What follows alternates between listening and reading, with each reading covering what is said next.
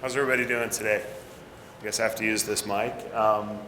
So I'm Steve Katsaros, the inventor and founder of a company called Nokero, which is short for no kerosene. And it's really a pleasure to be here to enlighten you all about a new type of business model that exists and a career pursuit for you all, in that there are large numbers of people in local communities as well as around the world that don't have a voice that is strong enough from an economic perspective to be a commercial opportunity for the largest corporations of the world. This opportunity can be for you to bring products to them that corporations might not find relevant to their business model. I'm a mechanical engineer, so I think there's probably a lot of engineers in the audience here. I've done a fair amount of patent law in that I am a patent agent, and I've invented a lot of products. I just don't want to go through everything that I've done, but to let you know that in the past I used to create products that I was passionate about and I like to use. I grew up in a ski racing environment and developed boots for a ski company, track lighting for Westinghouse. I spent kind of 5 years of my first effort to do something that had impact in the world, creating a motorized bicycle that got 175 miles to the gallon and went 25 miles per hour. It converted a humble bicycle into a moped.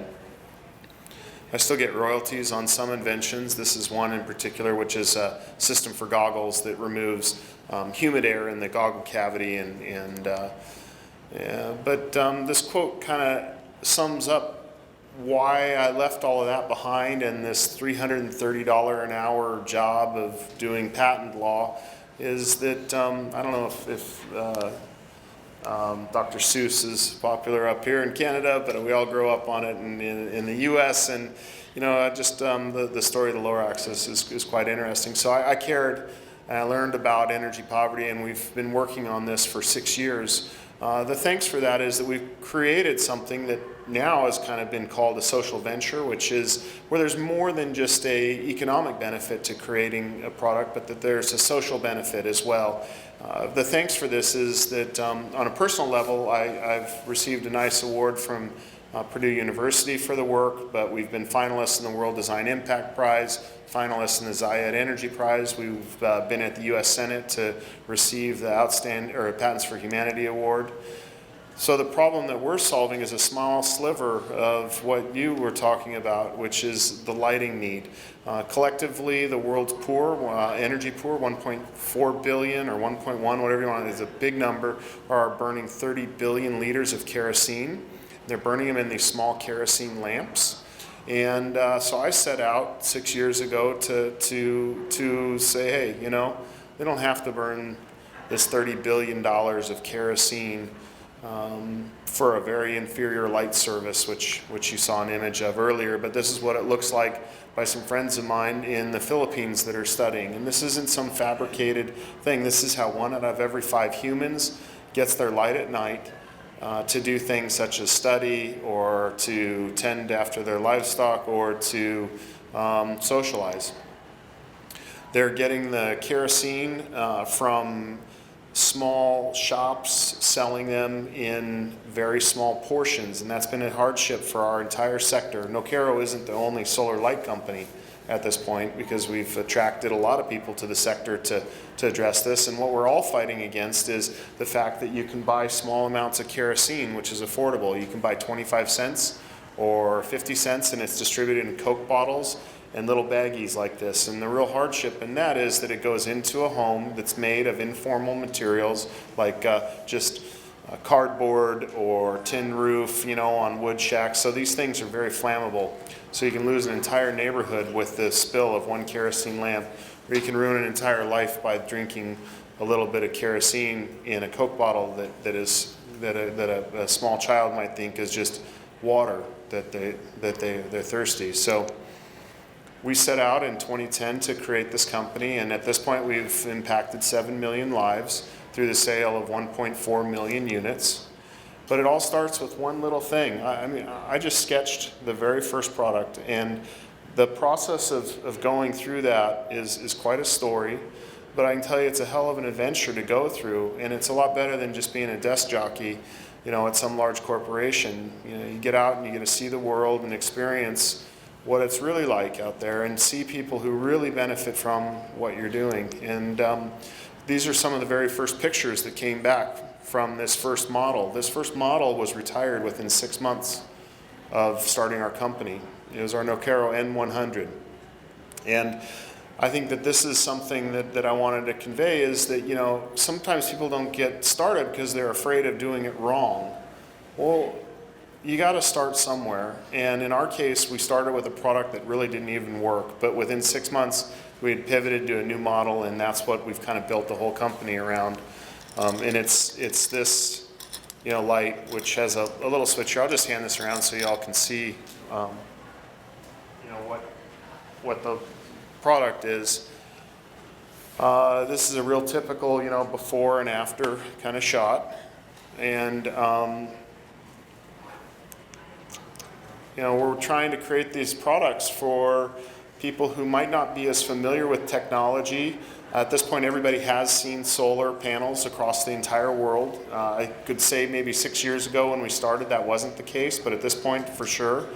And now speaking to you as an engineer, as an individual, not as Nokero and what Nokero is doing, it's really been an amazing benefit to my career to do something like this, because I've met all kinds of people as a result of doing the right thing and trying to do something that's hard. I've been to China 47 times creating my inventions, going to factories and working with engineers that are on the production floor to get stuff made, going to countries all over the world to get these products pushed into retail environments or through humanitarian sales.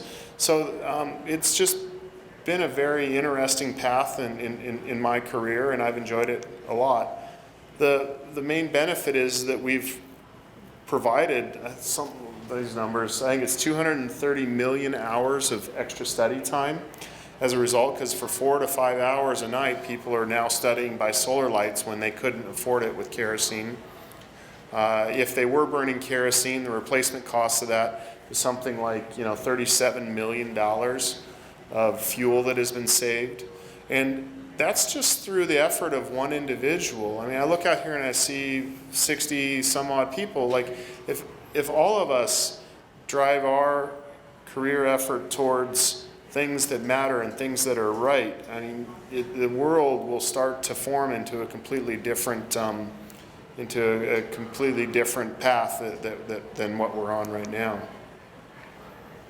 So we're going to get into questions in a few minutes. I have a few more slides, but I also want to throw a carrot out there for good questions, is that I have some lights, and so at the right time, if there's a particularly good question, I want to make sure to give you all some of the lights. But so just start thinking about that. From a technology standpoint, we've been an industry leader in launching some of the newest and latest technology, and we're going to see more of that as we go forward. So what we're doing is we're taking in the economic pyramid, there's right now all the products seem to be made and created for the very top of the economic pyramid. And these are the things that are sold in US and just Western retailers in general. And we're taking that technology and we're packaging it in a way that is affordable, durable, and easy to distribute, and pushing it to the very base of the economic pyramid. And I believe that this for-profit approach to bringing products to market is the way to go. So 4 months ago, that light that we're handing around right now, we launched that, and it's 2 times the efficiency of anything else that's in the market. And we created that for literally the poorest people in the world, because we have to deliver extreme value to them, more so than to the Western consumer, because the Western consumer can afford to say, I bought something for 15 bucks, it didn't work, and they can just put it in a drawer or throw it away and not care. And we do it all day long with Starbucks and whatnot. We drink it, and but small amounts of money are to us are life savings for our target markets. Here's the Patents for Humanity Award that we received. That was great because the only other company that received that alongside us was Procter & Gamble. So to be recognized by the U.S. government, the patent office, on a level that was equivalent to a huge, multiple billion-dollar corporation was really helpful. But even Procter & Gamble has given up on figuring out how to get lights to a community like these individuals that are in the newest country in the world, in South Sudan. There is very little economic opportunity to bring products to South Sudan because there's no currency, there's no flow of products in and out. But a family of 5 that live in Texas, their annual trip is to buy products that are sensible for those communities and to bring those products into South Sudan. And for several years now, they've been bringing lights to that community. How you and I deal or probably think of energy poverty is one of 2 conditions. One, if we're camping, like this image shows, or number 2, if our phone is dead. Because, you feel really vulnerable. If your phone is out of power, it's like, oh, what am I going to do? I can't get in touch with my friends to get beer. But, there's a lot of other things that happen when you have no access to your charged mobile phone or light to identify a threat or whatnot. So we do a lot of humanitarian work. These images were after Typhoon Haiyan, and in the Philippines, we worked with both Habitat for Humanity and Shelter Box was our other large customer after that natural disaster, just to provide immediate response and help to the community. But this is an image showing a lady who is now saving 20% of her income because she was given a solar light. We believe in the power of selling our products, but this light in Ethiopia was actually given to this lady, and it was life-changing for her. This represents our retail operation and relationship that is actually now defunct, but Eureka Forbes in India. And then we were talking about Uganda. This is the store called One Lamp Uganda. It's in Jinja, and it isn't our company, but we're the sole supplier of stock to One Lamp Uganda. They work in concentric rings from the store, activating the market and directing people to the store to purchase. So we have probably about 300 to 400 experimental relationships like this to cause the retail sales where there are no stores, and you actually have to create the stores and activate the markets. Any questions at this point? Because we're going to get into a formal Q&A, but yeah. How do you get investors interested in this kind of bottom of the pyramid approach? The first thing is luck. But to be lucky, you have to share your story. So I really believe that as an inventor or entrepreneur, sometimes it's hard to be that extrovert that shares the story because you want to hold it and you want to be careful with it and you want to make sure that somebody else doesn't beat you to it or take your idea. And so first thing to do is to get out there and share the story, and then to make it known that you're looking for equity investment. In my case, I'll admit it, I got lucky. We created the company off of $60,000. I sold a house and launched the company, and that carried us for 2 full years. We'd sold 300,000 lights, and I needed some growth capital, and I happened to call a guy that I know that was making a lot of money at the right time, and he made the first of a few equity investments into the company. But that's something more for writing a business plan and doing typical entrepreneurship type activities. I don't have any more in the presentation, but could you get that back? Any other questions? I don't know how we're doing on a lot of time, maybe like 5 minutes of Q&A or more or less, or whatever works for you all. This is more of a curiosity question, but I was wondering if you ever receive any pushback from communities in regards to that maybe they're not as accepting of your technology and stuff like that. And on the second question, how do you deal with something like that? Yeah, I can tell you that all humans love to have light by whatever form at night. It's one of these things that's just universal. I think it's right up there with water and air. It's just something that we don't all want to be asleep 12 hours a night. So the pushback might come from the incumbents that are providing light, which would be kerosene providers. we haven't ever seen any unfair competition with kerosene where there's like been trade restrictions on the solar products, you know, to benefit kerosene providers or anything. It's been more the opposite because kerosene for the most part is imported into these countries, and so it's flow of currency out of the country. So they would like to have it remain in local circulation, you know, the money. So there hasn't been as much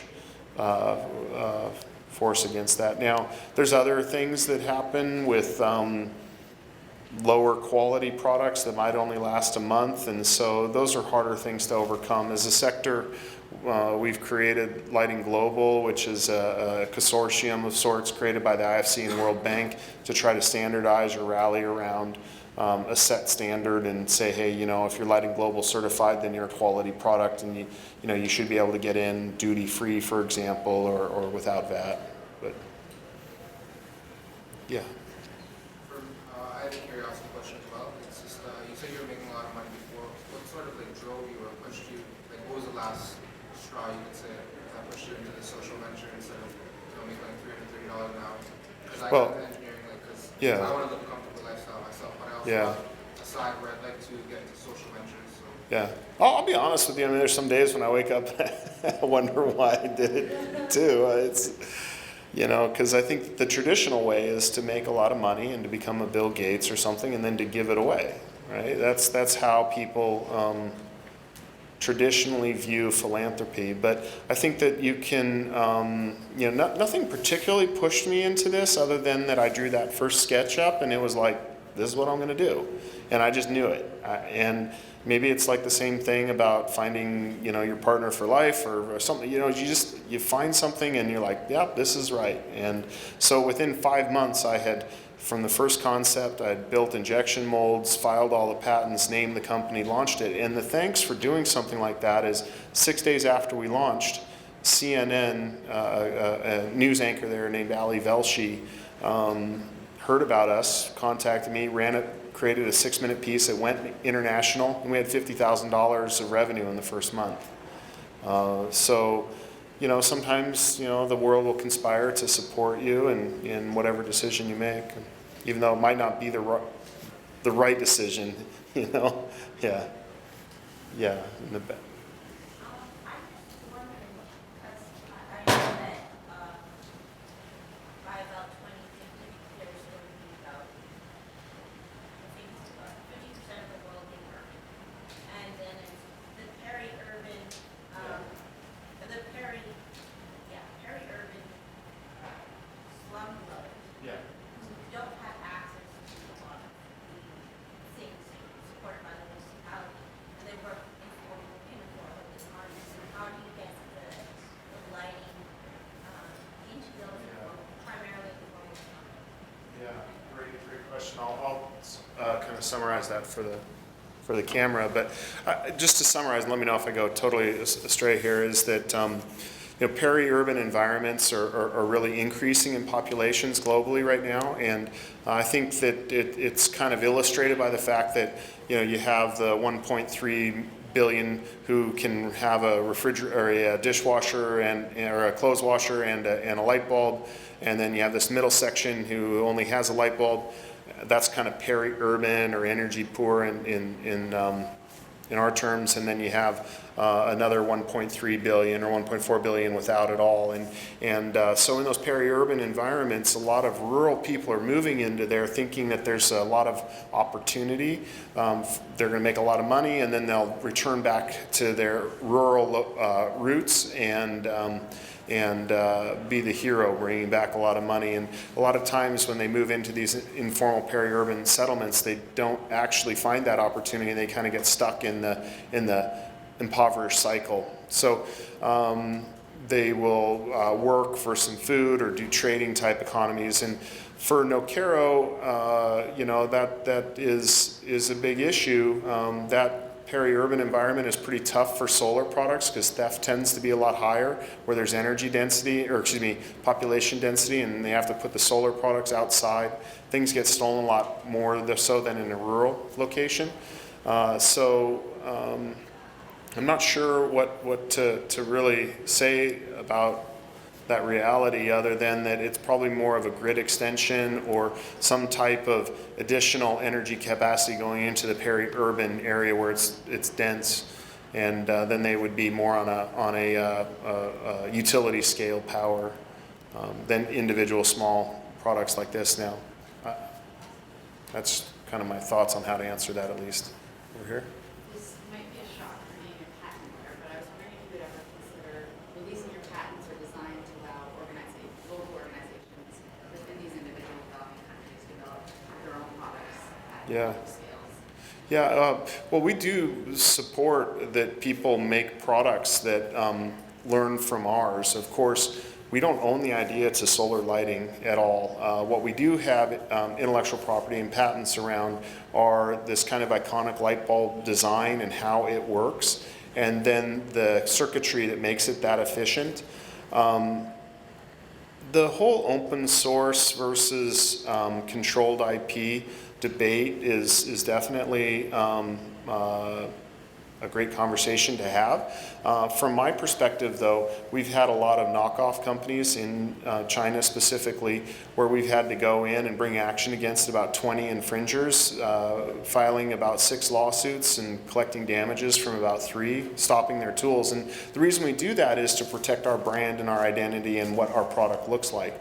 If somebody wants to come into our sector, I would gladly tell them and teach them everything that I know about how to do it, so long as they don't infringe on our IP, because our IP is what fuels our company, and it makes it so that we can actually exist tomorrow and the following day. But if people come in and knock off exactly what we have, but don't have to charge the margins that we've charged because we did all the development and we have the burden of creation and all the legacy payments that we have to make, that'd be unfair if they knock that off. So good question though. And just for point of correction, I'm a patent agent, not a patent attorney. I did not go to law school, but do the same job. Just a quick question. I'm not sure if I missed your word or not. How much is how much each one cost? Because I believe we have portable small lights everywhere in Walmart and everywhere we can find them. I'm not sure. The main advantage of your product is the cost, if I understand right. Do you mind if you? Yeah, that's a great question. The question was just what is the price of these things and what's the break even, considering that you're replacing kerosene. A kerosene lamp is burning about 30 liters of kerosene a year, so it's anywhere from $30 to $45 of kerosene per year that a kerosene lamp is burning. And this product that I handed around is, it retails in the developing world for around $14, let's say. So we wholesale it for around $7 US. And what happens is after we sell it for $7, there's import duties and shipping and different layers of distribution that cause it to be that $14. So the break even at even $14 is a few months versus kerosene. Yet this particular product has a battery that'll last 2,000 cycles, so that's 5 years. The cell lasts 5 years. In general, I talk about the product lasting for 3 to 5 years as it is now today. So it's a very long return, but when people are used to buying 25 or 50 cents of kerosene at a time, it's very hard to instill the behavior to have a savings culture, to save the money to make an investment in something that could be stolen. We have other models that retail for as low as $7 that we wholesale for $3.70. And we have things that go all the way up to $180 for fishing applications. Yeah.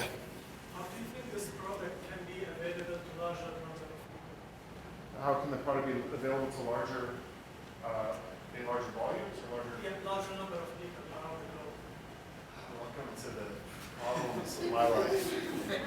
I mean, in theory, so here's the theory, right? The theory is we have factories with infinite capacity, right? In theory, we have 1.4 billion people without electricity. In theory, the market should work out everything in the middle, but the reality is that everything between, presumed need and supply is broken. And that's like corruption at the borders, it's the savings behavior that I talked about. You know, it's impossible to find some benefactor to buy $2.8 billion of lights to give them to everybody. So it has to be on this retail model, and just building up successful retail is just been tough. But when you figure out the solution, let me know. I'm going to pop over here for a minute because I haven't been looking over here. I don't know if It's kind of similar question. Yeah. I guess you said it was for profit that Huh. you prefer to focus on. Yeah. Like, as in, it's better to try to go to those countries and try to go to a retail than trying to go to an NGO or the government that sometimes the Yeah. objectives can be very different. And Well, their objectives are for them to make money. yes. Yeah. But- Like the individual who makes the decision, you know, but in then those.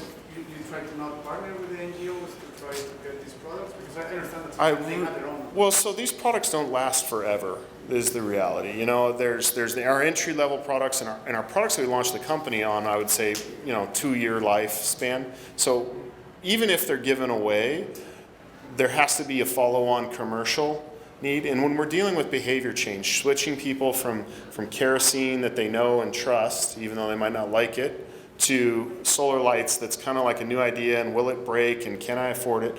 You know, if an NGO or a government, our single largest customer is a government that's purchased 450,000 lights for their country, I totally support that. I totally believe in that, because what they're doing is they're getting product in and getting behaviors to change and getting our brand built up so that people know about us. And that's called the aid kind of channels. And then I believe, and evidence shows, that paid channels will follow on. It won't be a case where the market has been spoiled because they got something for free and then they'll wait for it to be free again. So I'm perfectly fine with partnering with NGOs. In fact, our sector and our company has seen about half of the solar lights that have been purchased have been given away, and the other half have been through reseller networks.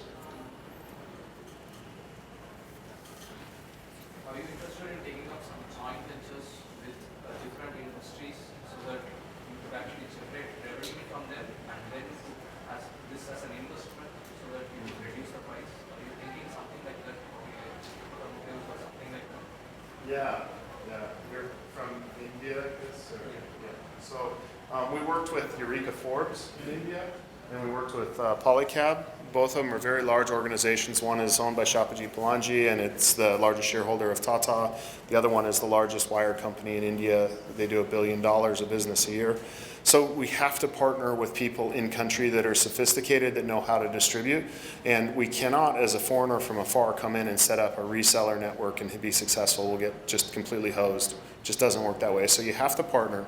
Now, there's another way I can answer your question, which is what's the value of partnering with companies in Western markets? And that is actually something that I'm very passionate about right now, even though I don't care if people that are camping have our lights.